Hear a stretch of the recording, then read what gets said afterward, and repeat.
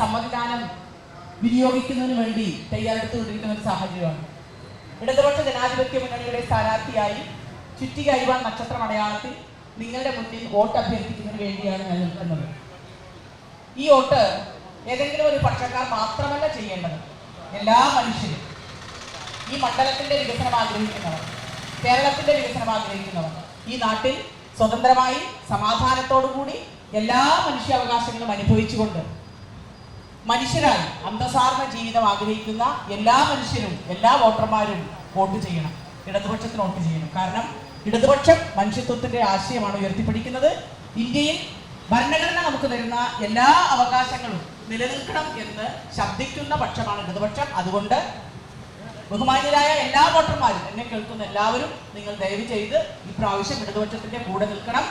ഇന്ത്യയെ രക്ഷിക്കണം, കേരളത്തെ രക്ഷിക്കണം, നമ്മളെ തന്നെ രക്ഷിക്കണം, നമ്മുടെ കുടുംബം രക്ഷിക്കണം, സമൂഹം രക്ഷിക്കണം.